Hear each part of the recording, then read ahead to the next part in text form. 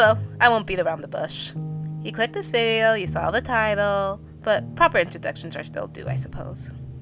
Welcome to my analysis of Wanderstop. It's a really good game made by an awesome set of people. It's got a warm story and so much heart to it that it feels impossible not to sing its praises. Which many have. But I think so far, everyone has been a bit too light in their scope. Understandably so, this game has a lot to cover in depth, but still to its detriment. I mean, Raison is the king of putting layer upon layer of good stuff.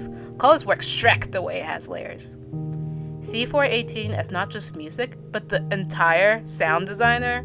Things we could say about everyone's text noise alone. The amount of thought put in by all the animators and designers, I loved reading through Aura's behind the scenes works on these things. And all the work everyone on the team did. It's a good game with so much to really talk about. So it'll be a 7-part series with 6 official topics being, in order, Alta and Boro, repetition, choices, achievements, characters, and sound, with the 7th video being more of a hodgepodge of random bits and pieces I found interesting. I ordered these so we could go layer through layer of this onion, starting with the most important but basic things so you can understand a lot of later analysis. There will be spoilers, like super duper heavy ones. And the fun thing about experiencing a game without spoilers is that you can only do it once. So while no judgment if you like spoilers, if you want to experience this spoiler free, come back to these videos later, that works as well. Anyways, I think it's no surprise I'm starting off with Alta, Boro, and their intricate relationship. Let's dive in, shall we?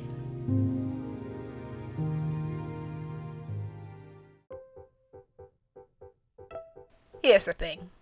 Alta and Boro are perfectly diametrically opposed. Like, seriously, no, genuinely. It's baked into their persons. And it's wonderful because it creates, as Davey describes it, an exciting tension. These two are so different, and yet so compelling to watch together, in a way that betrays neither of their characters and in fact heightens them. So there's this cool little trick with all of Wanderstop's characters where you can divulge all the lovely aspects of their personalities and motivations from these simple things. Their name, flower symbolism, animation idols, and dialogue icons, which I call Raison d'etre because it really is their reason of being. It tells you everything you need to know about these characters and what drives them. Before any of these people even speak to you, you can figure out everything about them once you experience these 4 things. But especially the Raison d'etre. Like, literally, except for animation idols, everything in the preparatory analysis section was divined before the game even came out. Hell, before the demo even came out. You can learn a lot from just these things. As you'll see in later reviews, not everyone is so clean-cut in terms of figuring out characters, but Alta and Boro are the first characters we see, and hands down some of the most important, so they follow the formula to a T.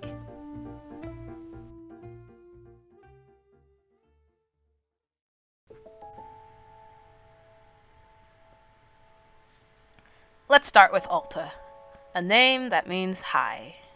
No, not that kind. High as in on top, positioned above, which fits Alta perfectly. She strives to be the best, on top, and she is such for a while. But more than that, the idea of height and grandstanding in a character shows certain traits and ideals. Someone who's above things, haughty, one might even say high-strung, which is Alta if I ever say so. Proud and grand, you won't sink to a level deemed beneath you. You have standards. Rolling in the muck is not one of them. So is it any surprise that Boro goes against all that? His name immediately caught my eye as someone learning Japanese. Boro, as in the Japanese style of reusing tattered clothing and breathing life into it, making its patches a warm, specific look. Boro, as in tattered. Tattered is not the most flattering state or ideal. It's about ruins, almost roiling in the muck. It's the kind of thing most don't consider a fulfilling end goal. But there's a beauty to it too, of living happily in bliss in any state you can, not having a life of uppityness just because others would say it's good, but living your life of lowliness because it makes you happy. Essentially very Prince and the Pauper, some versions that is. You can have it all, but if you find no meaning in your life, then it's worthless compared to the person who has nothing, but can still find beauty in their life. The game itself will even prod you about the names.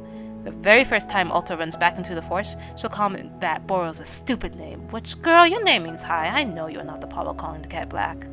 But it's a good nod, telling you perhaps that his name is purposeful, if even a character in-universe is commenting on it. I'll get back to that point later. But already, the dynamic is set. These two embody two different ideals on completely opposite sides of the spectrum, juxtaposed beautifully. All the other aspects of their characters further cement their views in the ideals they present. They are the heart and core of the game. It's no surprise that each embodies the very two perspectives that scope the game.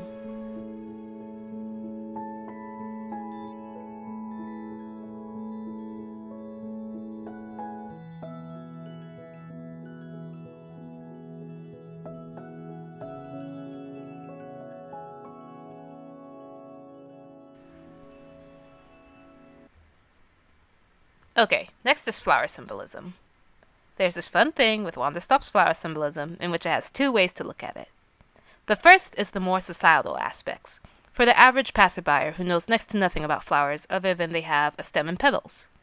The other is for the insane people who happen to have exorbitant knowledge in all things plants because they are obsessed. So people like me. And people like Sylvia Sugarpetal!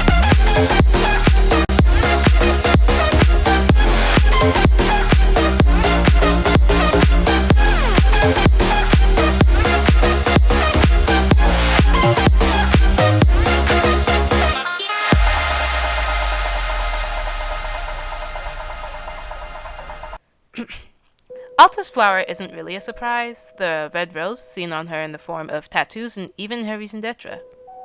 Roses, for the layman, are elegant. Amazingly complex, you'll see them get their own tutorials for how to be drawn with their intricate petals. Distinct.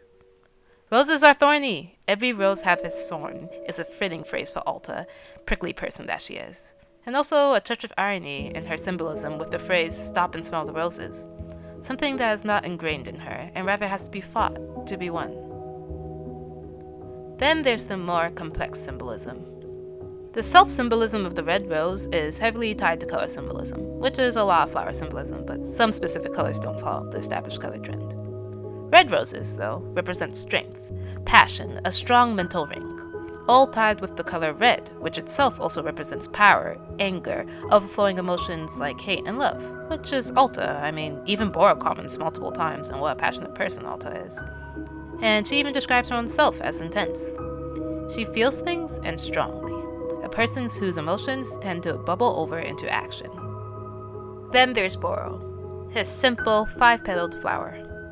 Had first assumed he was a daisy of some sort because of its simple notion. I vetoed it pretty quickly because of their known association with innocence in children didn't feel like quite a good fit, which was annoyingly a good thing to do since there is someone who fits the daisy symbolism perfectly. But his flower is in the daisy family, fitting because Asteraceae are simple-petaled flowers. Hilariously enough, I felt like the common daisy had too many petals, so I looked around and found something much simpler in design. The cosmos. Cosmos are about balance and harmony. Very fitting for Boro since he tries to introduce these concepts to Alta with the fact that she needs to rest properly to have a balanced life. But there's more. The secondary symbolism with Boro being a yellow cosmos is bright, happiness. Someone with energy and who's sunny. And friendship. Yellow often represents friendship in flower symbolism. But another interesting little tidbit is that Boro does carry pink cosmos along with him. While he is associated with the yellow cosmos and should be viewed as such, I think letting him carry around pink flowers of the same species is a good nod to the subtle different qualities pink cosmos has and really layers onto Boro's personality. Pink is associated with femininity, but more importantly, softness. Someone who's kind, friendly, in a chiller way than the bright friendliness of yellow. The best way to look at the difference is that yellow is the friendship flower, pink is the maternal flower. Essentially, rather than saying a character is feminine with pink flowers, it's more of a catch-all term for good traits of a typical maternal figure. Someone who's soft and warm, gentle and giving. A very kind person in a more subtle way. And pink is very playful, a joyous color of underlying happiness. Which is very Boro. But the symbolism goes deeper. Remember how I was saying Boro is a Japanese word and that Boro's most likely intended to be read as Asian? As Asian as you can get in a fantasy world that presumably doesn't have Asia. Yeah, the fun little extra thing about the cosmos is that it's the symbol of the National Kindness Movement, inspired by National Kindness Day, which started in Japan. Japan specifically picked that flower because it is widespread, which they wish for kindness to be as well. Cosmos are real hardy, can survive almost anything, even when battered and bruised, which, considering how Boro has remained a kind person even through life's legends, is also very him. Could this just be a happy coincidence? Yeah, it could. But if it doesn't hurt any canon information, in fact improves it, I'd say the Japanese associations with Boro are purposeful, and his flower is indefinitely the cosmos for all these reasons. Ooh, flower nerding! From all this though, there's this easy juxtaposition of Boro's common widespread flower of simple petals, which usually happen to have 8 and are associated with the number 8. Would you look at that? Boro loves octagons. To Alta's complex, more prized flower of uncountable petals. If you don't think the opposite enough, Ivy Road will tell you more.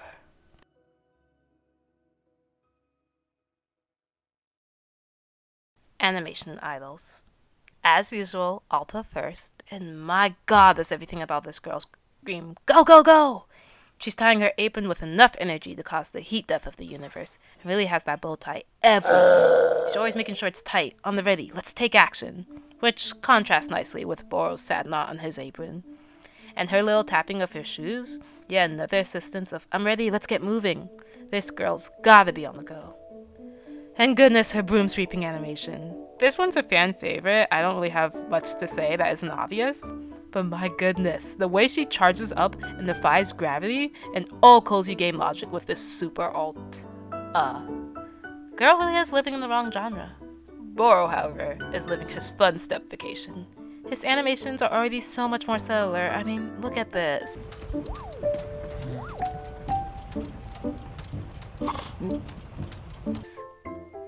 I legit had to stop and watch every time the little animation played. It's so cute, so peaceful, and so against Alta herself. Could you ever imagine this girl even having a, this place is so calm, I'm slowly being lulled to sleep animation? Could you? The answer is no. And that's not all, folks.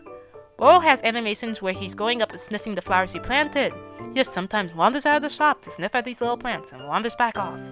He has 2 laughing animations, 2! Our girl Alta doesn't even have 1, understandably, but man, talk about paying him as a jolly guy. He has an animation where he just looks at the little things you do, an animation where he just sits down, and of course, his wonderful animation where he just claps his hands, closes his eyes, and breathes. A moment of mindfulness. What more could you ask for? In terms of contradicting animations, Boro's stagnant while Alta moves. No, that's too much. The parallels in this game are insane! Okay, gosh, both shout out and suck in to Ivy Road for making the Boro Pluffin animation so rare, I never saw it in my first gameplay. A nice reason to replay the game and fits into the whole you can't do / get everything all at once theme, but gosh, it's too cute to be keeping from people. But look at these idols. Alta, short gal, goes out of her way to pick these creatures up, with a storm of feathers flying everywhere when she does. She brings them up to her level, sure as that may be. And Boro, big hulking man that he is, crouches down to play with the puffins. He goes down to their level. Like, the birds. The birds don't know or care. It's such a small thing, but the way it really cements home what these 2 characters are about. Alright, so we got the last of the formal preparatory character analysis. Dialogue icons, or as I like to call them, the raison d'etre. That being French for reason of being, aka what makes up a person. And I mean, Alta's is so obvious. She's got a sword, which I think is just too obvious as to everything it represents for her. And the rose, stem and thorn visibles, which I've already touched on. So is there anything I can really add for this? Teehee, yes, the answer is contrast. Boro's is similar in the sense that it's also composed of 2 things. Sharps and floral. The sharp thing being scissors, which he does carry on his person, and considering both his crafty nature and general gentle shearing one has to do with plants, it makes sense. And then his cosmos as well. For raison d'etre, there's not too much to be said, huh? That's where you're wrong! It's all about the contrast. Compare and contrast, actually. Because both characters have sharp instruments in their raison d'etres. But Alta's is a sword, something made to hurt others. No one ever needs a reminder that swords are sharp. Boro's the scissors. Perhaps one of the safest sharp instruments you can ever get, to the point where "don't run with scissors" is a common phrase because of how easy it is to forget the dangers of this particular sharp object. And the fact that Alta's sword points downwards while Boro's scissors point upwards, which seems backwards at first, but you'd have to draw a sword upwards, facing down, to get it out of its scabbard, while scissors start downwards, facing up, to cut through anything. And I've already talked at length about their flower symbolism. But this combined into their raison d'etre, it really gives this good contrast of the sharp versus the dull. The spiky, aggressive nature of Alta being honed into a weapon, to Boro's kind inviting nature being a day-to-day implement, even with its sharps. The soft and simple nature of many cosmos versus the extremely complex nature of the single rose. These two are made of the same stuff, but boy oh boy do they go in completely different directions. So we finished the official preparatory analysis, but for these two I want to mention two more topics before we start using in-game narratives. First being their designs. Okay, somehow it literally took me till launch day with that one picture of them opening up Wanderstop to realize their design colors are inverses of each other. Makes sense, he's the yin to our yang. Something I love about Alta's coat is the added design at the back. It's thorny, which you know, roses, Alta, but also it's in the shape of an eye. An ever-watchful gaze, even at your back. No one can sneak up on you without you knowing, truly highlighting this girl's constant, unconscious paranoia and anxiety. Good stuff. But also really want to talk about their design convergence. Like, you know about convergent evolution? How two different species, not all related to each other, have similar designs because of their environments. Like bats and birds both having wings. Alta and Boro both wear gloves and boots. But Alta's boots are steel-toed, tied with side laces and can destroy a man. Perfect for kicking at people and giving that extra no-nonsense vibe. Boros are slip-ons, softer, most likely rubber for all the various muddy surfaces you can traverse in with gardening. Or both of them having gloves for opposite reasons. Alta holding swords all the time and punching people, needing probably leather gloves, while Boro has rubber again this time for all the different gardening reasons you hold gloves, weeding, planting, saps, and contagions. And again, just all the more volatile reasons Alta needs to be dressed the way she is versus the more mundane ones for Boro. So even with the same accessories, they're used in completely different ways. Last preparatory thing I want to mention is dialogue. I've seen lots of people say Boro's not good at English / it might not be his first language because of his weird speech pattern, but I disagree. I think he has a perfectly fine grasp on English. He's just like that. Reason being, he uses a lot of big words. Which, yeah, doesn't always equate to being good at English, but the way he speaks specifically is so skillful that I think it shows that he is. The main reason people seem to say otherwise is because he doesn't speak English in a very typical manner. He uses being and is and adds ing to essentially every word he can, even words that aren't verbs. And it's just establishing Boro. He's always living in the moment, using the present tense of words. He really loves and lives for the things around him, using such flowery and elongated words. In fact, the happier he is, the more extravagant it gets. Alta doesn't. She's curt and precise. Compared to Boro, she uses a less impressive vocabulary. Not particularly because she's less educated about English or language, mind you, but she's to the point. Why paint poetic about a piece when you can just say cool? She says what she needs to say and nothing more. Boro says everything but the kitchen sink. So we've done it! The basic overall analysis of these two. And wow. These are the kind of people who you don't really think you could stick in the room together. I mean, just look at these differences. They represent everything that is opposite to the other. Ain't no way they can have an actual substantial relationship. It's not like it's the first time opposite attracts has ever been used as a phrase in regard to personalities. Alta would not ever roll in the muck. Not unless there were specific circumstances that made it so that she had no choice but to hang out with someone she would consider below her. Okay, I'm being silly. But now we are on to part 2. The main crux of this video being how these two create a perfect dynamic that doesn't betray either of their characters and really enhances how they would treat each other. Let's go in.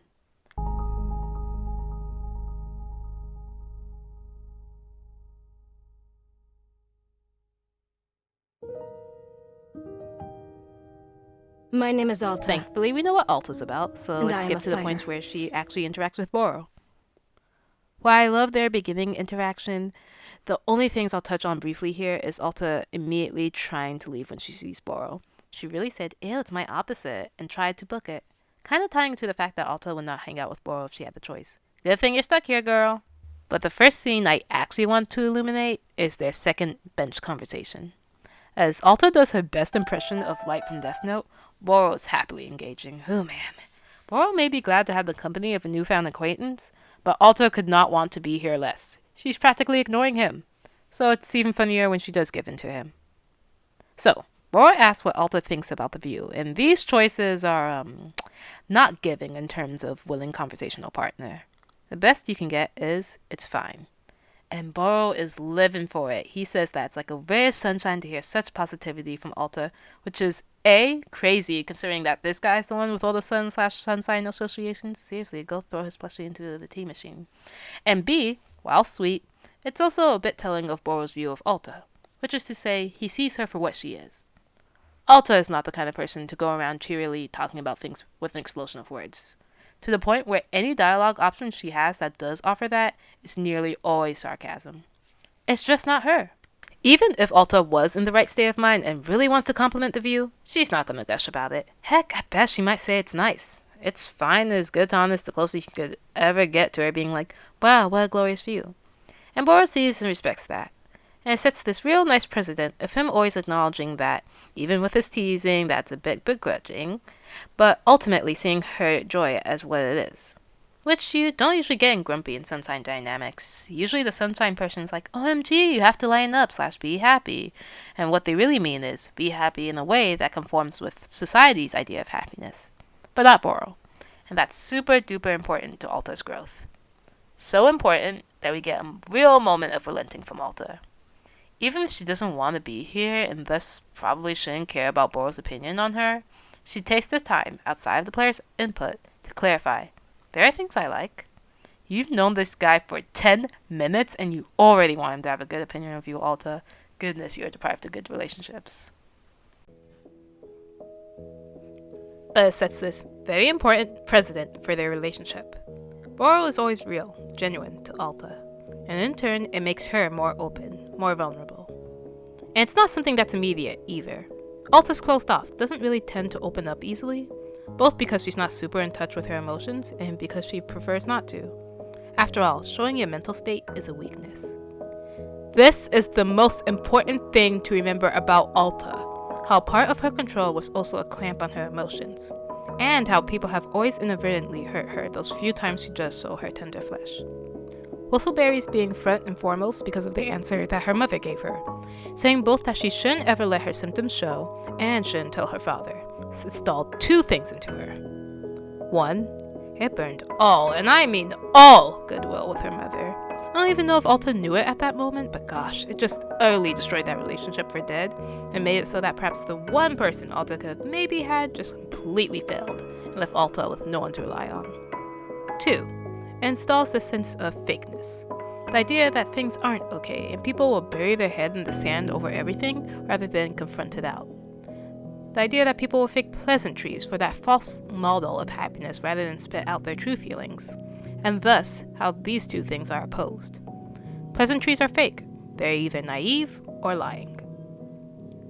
I know this is the Alta Boro video, but I do need to talk about Alta and her relationship with her father before we continue to analyze these two. I know, it's an important divergence though. Promise we'll get back to them. But I need to bring this up now for you to keep in the back of your mind as I talk through the rest of the Alta and Boro relationship. If you drink the tea in the order the game offers, Chip Chip being first both because it's the first tea you make and might have extra of, along with the fact that it's the first in the field guide, you get to know about Alta and her dismissal of her father pretty darn quick. She thinks he's spineless and a loser. And a lot of this seems to derive from the fact that he's very non-confrontational. Like Alta even says, he lost his job, it was his fault because he wasn't strong enough. Which isn't true, but during the years of her knowing him, it is in her mind. And if you remember how I talked about how Alta ties fakeness and pleasantries together, this really ties into the way her father treats her. From what can be gathered, Alta's father is not her bio dad, or at the very least this guy was not always in her life. He comes in later. And it is evidence in the ice cream tea, aka painted gourds, where Alta's mother talks about how now that he's in their life, it's gonna be better. Which, again, highlights this mystical idea of things not being good enough, that 'tis all fake and cake and must be better. Things aren't okay, it's a falsity. And Alta is definitely obvious in her dislike for the guy, because even her mom is like, okay, I know you don't like him, but please give him a chance, girl. And it's only too easy to imagine this dude as trying his best to be cordial and nice to Alta, even when she's rude to him, because hey, You're the new dad in this relationship. Be the adult. Don't stir up trouble. He's just so non-confrontational, and Alta hates it. Which makes it funny, in an ironic sense, that the fondest you can ever have Alta get about him is when he got mad at her. In the Wayland Tea monologue, she talks about how she told him what a waste it was that he didn't do leather crafting professionally. He just doesn't take it in, compared to his usual reactions whenever Alta mouths him off. He actually shows an emotion outside of plain passivity. He's real to Alta in that moment, and that is what Alta wishes for. Not necessarily that her father was mad at her more often, but that he was realer to her, showing that rage of emotion swirling within him rather than trying to keep some falsehood of peace and be fake nice to her all the time. So if Alta's father represents kindness and falsity, and both her parents as a whole represent loving someone within the limits of preferring to look picture perfect, then Boro represents kindness on the real scale, of loving someone even with all their messy bits.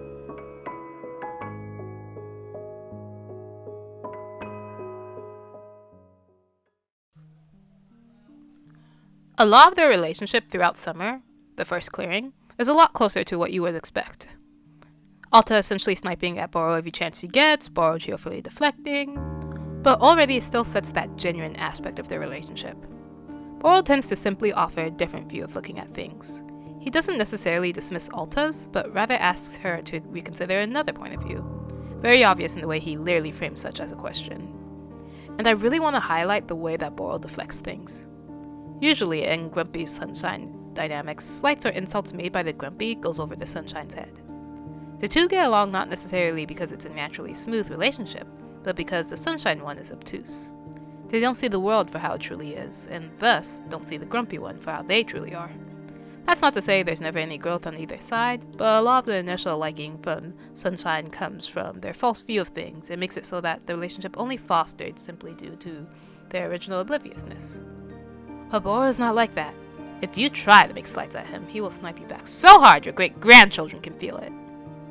Take one of the earliest examples, where Alta can point out that he doesn't do anything. It was so basic, oh, let me inquire, dialogue option for Alta that I didn't even think anything of the mood or tone. And usually, this is where the kind, helpful person, agreeing or disagreeing, does not notice the snarky undertone at all. Boro instead calls you out. Like, point blank. Doesn't even try the cheese, he's like, let's try that again.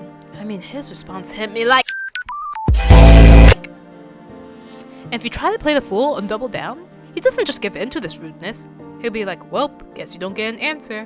Which, man, is such a breath of fresh air. Sunshiny characters don't always tend to have backbones. They're ultimately so sweet and so good and never ever will be trifling in even the smallest of ways. Not Boro. He's so sassy and will completely call you out over everything. And man, I love it. As someone who does tend to relate to softer, sweeter characters, it's rare people actually show them as someone who can be cheeky and bald as well. You can wish someone well while also poking fun at them? Come on. And Boro's not oblivious. He has no qualms about who Alta is. At all. The Pluffins are another great example where Alta asks if she can name one. I got so excited at the prospect, I didn't even think about how Alta would react because, let's face it, Alta is not too so good with putting the words together. And Boro's straight up like, girl, I know you. You're gonna name it a curse word, aren't you? Which, yeah, that tracks. The only reason Alta would ever inquire if she could name something would be because she's going to name it after a curse word. And again, in Sunshine/Grumpy dynamics, what would have happened is the Sunshine unwillingly says yes, and then Grumpy would name it something rude. Sunshine one's all like, oh, how could I have predicted that? The Sunshine one is cheerful to an oblivious degree. All their happiness comes from the fact that they don't truly understand the world as it is, aka as the Grumpy one sees it. Dark, depressing, and downright despicable. Slights made by the Grumpy one goes over the Sunny one's head, and the Sunny one tries their darnest to make the Grumpy one fit into society's idea of what constitutes of joy and happiness. But Boro, again and again, does not force such happiness from Alta, nor is he oblivious to who she is. And Alta, in turn, does come to like Boro. It gets to a point where she's not putting up with him or is necessarily more in line with the true view of the world. She's just another person who enjoys his company. And she sees his earnesty and truthfulness and can't help but to respond, in turn, in her own Alta-ish way. But yes, Summer starts to set this vibe down, where, while still warily not friends, they are coming to understand each other, mainly from Alta's side of things. But the dynamic is set, to the point where even Boro will point it out whenever it's upsetted, such as Alta jokingly being all earnest about his advice, and look at how disappointed Boro is here. He likes his Alta being a rude grump, thank you very much. Or in Boro's realty reaction, when Alta understandably says, no. He's like, oh snap, I forgot what you stand for, my bad, and that's it. The conversation just ends. Autumn expands on it. We're getting less of the new cats sniffing at each other from cages, and more of the putting two beasts in a situation, seeing how they react vibe. Boro starts getting a bit more personal, whereas a lot of his conversations before geared towards maintenance and instruction, now we get more frivolous ones, such as learning about the eggshell or getting that absolutely adorable sneezing picture of him. And Alta starts softening as well. She has a few soft options and can even start teasing him, such as in Wayland Tea. Of course, where would we be without me mentioning the absolute sweetest line that is Boro saying that he likes who Alta is? That line in general I think marks a bit of the shift in their relationship because of what comes next. In the first season changed, the only person Alta could trust and rely on was herself. But considering that when she's lost and floundering, Boro too can appear, and he's the only one who can do so throughout, good stuff, man. But now we continue with some not good stuff as we hit winter. The first part being the toughest thing ever, but Boro continuously offering his unwavering support. The second side of winter is a lot warmer, with such a marked change in their relationship. Two responses from Boro here are entirely frivolous, and I think what's even better is that Alta will go along with the bit no matter what. When it comes to fabricated songs, she will choose one. Same with trying to make Boro say triangle after drinking prison peppers. Hell, even ignoring the technically optional tea convos, the conversation she has with him after Zenith's transformations shows so much. First off, the fact that she just starts complaining to Boro about her problems indubitably, compared to her not doing it before / having an option to keep it close to the chest like the incident with Ren, is already a world of difference. But she tells him what's on her mind and what's bothering her, and Boro offers his undying support as always. It's not as if the support is more real than any of the other times he's offered it, but now Alta understands the veracity in his statements. Boro will always, essentially from day one, say he wishes Alta well and likes her and is here to offer her support. And because of Alta's view with falsity and associating that with fake positivity, for a long while she doesn't really respond to it. But I think it's important to also note just the sheer frequency in which Boro says these things. Always. All the time. Even if it's not necessarily relevant. And while frequency does not prove veracity, it does make it a lot easier to internalize. Someone who says something so freely and easily all the time gets you thinking about those statements, even if you try to brush them off the first few times. You can see how Alta has started to internalize it here, because of the way she says things. How it goes from an offhanded option to something she definitively says. She goes from thanks to thank you. Thanks is less serious, less focused, less potent, and less poignant. Thank you, from Alta especially, is impactful. They've come really far in how much they trust each other, and how real they are to each other. And when we reach spring, I could elucidate how, again, Alta can go to Boro for advice straight up, no input necessary when dealing with the monster rescue expedition, but since it's really the same energy as the Zenith one, and I want to cover all corners of their relationship, for spring, the moment I'll choose to focus in on is I think everyone's favorite, the drawing. Like, so many reasons I could talk about for the drawing itself and how this is such a sweet moment, but Alta's responses here really pique the way she can treat Boro, as in, she can't be actually rude. Her first response / first instinct is to say, not bad, which... Are you kidding me? Now, some people are going to be like, oh, negative Nancy Alta, she can't even give him props, which no. This is a cultural gap. Let me tell you something. No, come here. Let me tell you something. It can be black as well. But if you have African parents, you know this is grand. Anyone who is black and or African can tell you that your parents saying, not bad, is like the highest praise. I mean, they would only say this nonsense to you if you cured cancer. Even then, it's only a 50-50 shot that you'd get a compliment like that. Alta saying not bad is high praise, I promise you. Other options are being a jerk though. A teasing jerk, not really saying it because she has any bones to pick with Boro's art, but more so because she knows she's the grumpy nitpicker in their relationship, and is committing to the bit. And perhaps also because it's a lot easier to poke fun at Boro than to give him such an open compliment. Either way, Boro makes his feelings on this picture clear, calling it a million tiny delights, along with encouragement written on it, which uses the wrong form of your. Oh, Boro, you're the best. But thinking about it now, the best way to analyze their relationship isn't season by season, no. It's better if we use a benchmark. No, really, the benches mark it. Benches are kind of their thing, the place that marks the cruxes of their relationship. Well, benches and couches. Especially if you're looking at Alta's body language. From her first bench interaction of trying to run immediately, to her second of the Death Note flavor. When Alta meditates for the first time and awakes to the bench when it turns autumn, Boro offering her his unrelenting kindness and patience. Between summer and autumn, you can get up to 3 couch conversations, where Boro sets Alta on the couch in front of the fireplace when she runs off into the forest. These ones are mostly lore building, but I did want to acknowledge that they can have a lot of sitting down combos. Then we reach the one in the transition place. Boro invites Alta to sit with him, and she does. A nice difference where she chooses to sit with him rather than just simply waking up next to him. Alta learns what terrible things she did to Master Winters, and understandably has a freakout, not paying attention to Boro at all, closed in. But when we get to that second part of Winter, when her distress over Winters isn't as fresh, look at this open look she gives Boro. She's leaned in towards him, body language open. She just insisted that her and Yellow Alta are 2 separate people when Boro interjects. And it's so telling too, that she's not emotionally closed off because this is when she's most delicate. He could probably tell her anything and she'd swallow it up, especially when juxtaposed with Ren, where she respects him, opens up to him, but doesn't necessarily trust him. She's still only half facing him. And Boro does not betray that trust. Unlike Ren, he does not just tell her things so she fits this view of who he thinks she should be. He says, quite pertinently, that this is Alta's journey, not his, and he's going to trust her opinion on how best to proceed. He will offer his quiet, unwavering support, and it means the world to Alta. They have 2 more couch conversations, both of them having a more relenting Alta, who actually asks Boro's opinions on subjects and respected him as an actual person who could have deeper thoughts than just tea. The second of these conversations is particularly golden when it comes to these 2, because if Alta chooses to ask about Boro and his relationship to the forest, Boro himself will remark on how happy it makes him that Alta is interested in him.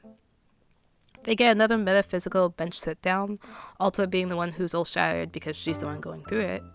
But I do want to point out something about Boro's design here. Instead of his usual yellow flower, he has 2 pink cosmos pinned to his shirt. I mentioned earlier that yellow tends to be the main friendship flower. The game itself has already bludgeoned us to death with the fact that Boro is the yellow cosmos. So instead of having the yellow cosmos represent both the idea of friendship and Boro himself, we have an imposed symbolism of the pink cosmos representing friendship. Such as when drinking the Azzy fruit tea, which is pink, would you look at that, and getting the picture of Boro talking about Sylvia, he's wearing a pink cosmos as his pin there too. So, him appearing in the scene with the 2 pink cosmos as Alta's the most fragile she's ever been as he continues to offer that steady support. To her shattered self, he's the well-meaning friend. And when he nerds out about them tea shopping as they come to in spring, Alta really doesn't mind. If you look at her dialogue options, each one just extrapolates on the one before. She can say, I don't mind, which is the truth. But if she really wants to go into it, she can clarify that. It's a little much sometimes. And then she can just stay silent. But considering that Alta is the type of person to pick grievances over anything and everything, she would speak up if it really bothered her. The silence, too, is an acceptance within itself. Perhaps even a realization of how she's grown to like him. She really doesn't mind you, Boro. And finally, when he carries her to that bench of theirs after her journey with Monster, she immediately takes that open position when she starts talking to him. And just when she very obviously wants to tell him exactly how things went, doesn't know how to, and Boro's able to read her anyways, and she does immediately open up over something that's super duper vulnerable to her. Gosh, these 2 really are the concept of friendship. Oh, oops, I stole Monster and Alta's relationship title. The end of the game bench scene is the nail in the coffin. Just look at this difference from both of them, honestly. Also, I lied, Boro has 3 laughing animations, the last of which you can get when your Alta is all cheesy towards him. Yeah, that was a good benchmark. But of course I can't end the video without talking about their dynamic in terms of tea. This one is less about their dynamic, but rather their persons being total opposites, so I'll get out of the way. The fact that Alta has no memories associated with innocence when drinking the biteberry tea, versus Boro, who has constantly shifting ones. It's so interesting too, because Alta's monologue and innocence as a word really goes back to the point I've made earlier, where she hates false pretenses for the sake of pretending everything is okay. And how Boro's take on innocence isn't one that's devoid of hardship, which is probably more in line with what Alta would think of innocence too. But dang, just that gap between their reactions, too good not to mention. Anyways, onto tea relationship analysis. I've already mentioned it, but I do want to highlight one of Alta's reaction when she gives Boro Wayland tea. I'll ask Alta to give him a math problem, and she can pick a real easy one. What's 2 plus 5? Boro says it's too easy, and Alta can still tease him, calling him a smarty pants and just switching the numbers, which, if you know your properties, is still 7. And with all of his rashness of girl, it's still too easy. She starts yelling at him and asks him what's 5 plus 5. Like multiple of 5s aren't everyone's favorite question because of how easy they are. Boro answers it and starts laughing, saying that he knows Alta is just humoring him. He'd be right. But also mentions how good it feels to answer some questions correctly, which, yeah, she might be teasing him, but she's also accommodating for him. He tells her he's bad at math, and she pretty much is like, no, Uno reverse, now you're good. It's a real warm moment and just really does paint a picture of how Alta can be sweet to Boro too, in her action rather than words. Another good example of such is the making of the Aeon brew. Alta is so weak for this man. After Boro gives you all the instructions for making it, there's an option where she can say, let me make this tea before I get distracted by something trivial. And note she says trivial. Not dumb or worthless, but something that is a mere trifle and doesn't really matter. The second option is bowling, in response to Boro mentioning that he's better bowling than memorizing. And this scene just makes me laugh so hard because there really is a difference between Yellow and main Alta. Yellow Alta is like, stay focused, go make tea, don't get derailed by trivial things. And then main Alta, the one who's never had a friend before in her life, will say, bowling, You know Yellow Alta is just looking at her like this. Boy. And the scene gets better. Boro will prompt her to guess his highest score, and look at this treasure trove of results. Punctuation does the heavy lifting here as we get 297, 300, and a billion? She can say 297 first, a period at the end. Firm and truthful, this is the score she actually thinks he made. Not a perfect score, she probably doesn't see Boro aiming for such heights, but very close to it, kinda highlighting how capable she now thinks him and how high her opinion in him has risen, versus the eggshell where she can straight up say she thinks he do poorly. Then our Alta can be a little silly. 300! Look at that exclamation point. She's being silly and saying he got a nice, perfectly round score. Nice, ain't it? Not very truthful to Boro, and she's really just ribbing. And then the ultimate truth. A billion? I don't know how bowling is scored.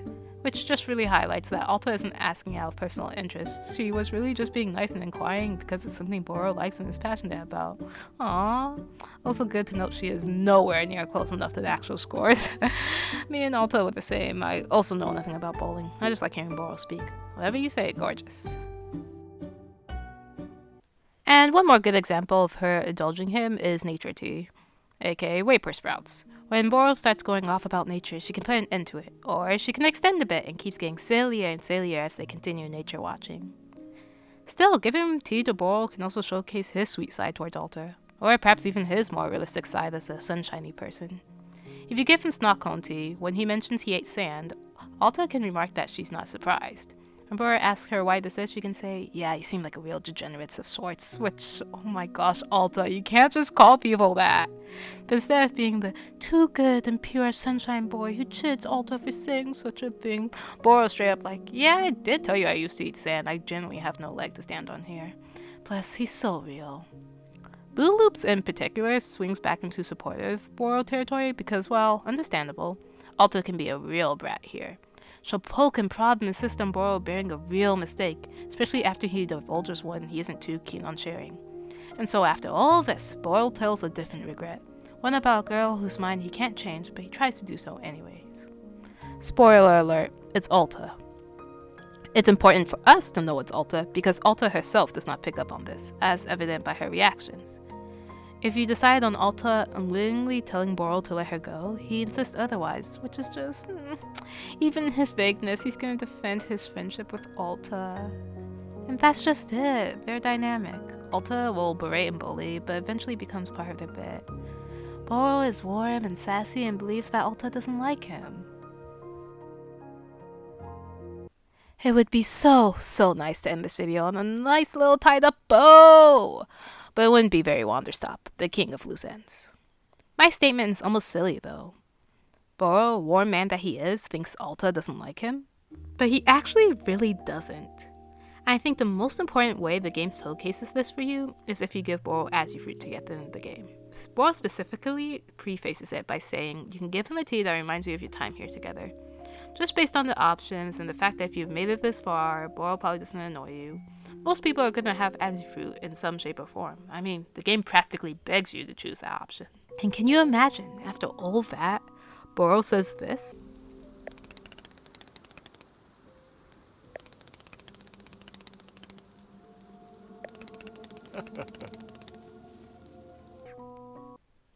What? Boro, bud. You really think Alta, of all people, would just happen to give Azufruit tea for the heck of it? Alta? I'm so glad I didn't give Boro Azufruit tea for my first playthrough just because I was too shy to, because if I did, I got this blasé response. That's like, why this nonsense response? What makes it even more nonsense is that on some other teas you can give him, he does say they have a friendship. The answer is that it's because of who Boro is and how he works. Remember how I said Boro really never holds back on his love for Alta, like he says it all the time, that even if there was any doubt, just from the sheer frequency of it, you'd be quick to change your mind. And while I just made a whole video detailing Alta's inner workings and how Boro provides honesty to her that she gets from no one else in her life, Boro can't read her mind. Alta's not a particularly open book. Lots of her tics and adorations aren't really commonplace. In fact, the only times Alta straight up tells him what she thinks about him is, oh yeah, the beginning where she calls him mediocre and tries to run away from him at any given chance. And Boro doesn't get to see how these lines change, how she warms up to the point where she can't even be purposefully mean to him anymore. But why doesn't Boro just kind of shrug it off like a bunch of her other weird responses? Well, it's because Boro, in general, has definitely had a rough past. Part of his sage nature towards Alta and her rough attitude is from knowledge of traversing the same path. Maybe not in the same way, but the same road regardless. It's not a secret. He pretty much says, in no small words, that he constantly used to push himself past his limit via Melium tea, has forced himself to do things he didn't want to do, like serving coffee at a tea shop, and just genuinely be obsessive, the flavor-changing tea. Trying to mold himself into the person he thinks he should be rather than the person he wants to be, working out his triceps. He's also had lots of people who once liked him change their mind, one of which seems to despise his very soft nature, most notably Nana, but we also get a mention of a lost friendship in the Chip Chip tea too. And interesting to note that while yes, Boro can insist they have a friendship, the things he says, well, could be taken as haha funny Boro also tea bluff and some perseverance. Oh brother, this guy stinks! Really? You had to stop and think about it? It could be a joke that the relationship is not triangular at all and he's just obsessed with saying triangle thanks to the tea. But mainly, he can't think of anything that properly applies to their relationship, further tying into the fact that he might not think they have a friendship to stand on. Man, if you only knew about Alta's monologue for Azufruit. And the thing about his whole haha you don't like me is that it appears multiple times throughout the game. Such as Alta being glad she's going home. Kinda ties back into what I was saying. Frequency does not prove veracity, but sure as hell doesn't hurt it. Maybe if these were one or two self-isolated incidents, I would shrug it off, but it happens often enough that you can't help but to raise a brow at it. It's not like Alta really helps. The absolute dog water reply that is, I'd rather be able to fight, after Boro says that he likes her for who she is. Nice job deflecting, girl. Thank you for barely acknowledging Boro's statement. And sometimes I don't think she really even means to. Giving Boro sweet Melium is crazy because Alta says a neutral statement. When she says that she would have liked to older him more, it's not a condemnation, it's literally just her remarking on that.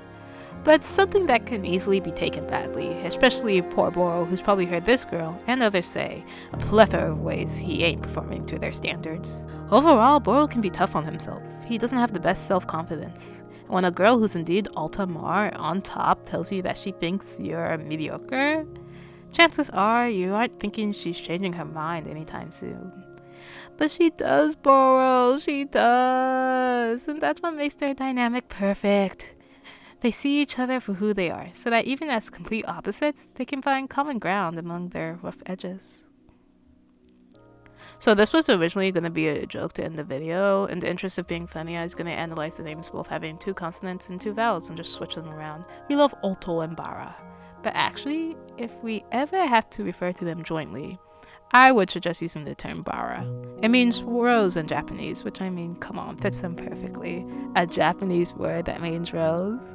And hey, Alta's mask enough to fit the terminology of Boro anyway. I mean, see if vowel Balatro. Yeah, you're right. Let's just steal Balatro.